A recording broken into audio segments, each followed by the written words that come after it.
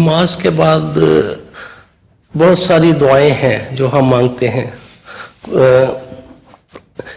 اور یہی دعائیں اگر ہاتھ اٹھا کر مانگی جائیں تو وہ یہی دعائیں جو نماز کے بعد کی دعائیں ہیں، معوذتین کی ہیں، آیت الکرسی ہے، حضور یہی دعائیں اگر ہاتھ اٹھا کر مانگی جائیں تو یہ غلط؟ ہاتھ اٹھا کر؟ جی، نماز کے بعد۔ یہ تو کوئی رسول اللہ صلی اللہ علیہ وسلم کا رواج نہیں تھا، آپ صلی اللہ علیہ وسلم سنت کے خلاف ہے یہ بات کہ نماز کے بعد اٹھ کے دعائیں۔ اول تو نماز ہی میں دعا کرنی چاہیے، اصل دعا وہ ہے جو نماز کے اندر ہو، اور جو نماز کے بعد کی دعائیں ہیں وہ یہی سبحان اللہ وغیرہ پڑھنا، یہ